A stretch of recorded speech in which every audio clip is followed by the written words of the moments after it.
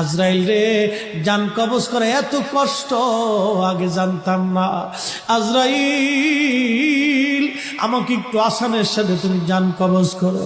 আজরাইল বললেন, হুজুর, আসমানের নিচে জমিনের উপরে আপনার চাইতে সহজভাবে জান আমি কারো কবজ করি নাই।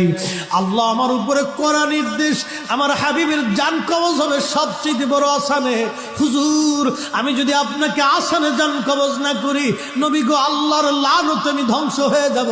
ইয়া নবী আল্লাহ, আমি সেই ভয়ে আপনাকে আসানের সাথে জান কবজ করতেছি। হুজুর গো, আপনি নবীর আগে এবং পরে এত আসানে কারো জান কবজ হয় নাই, হবে না।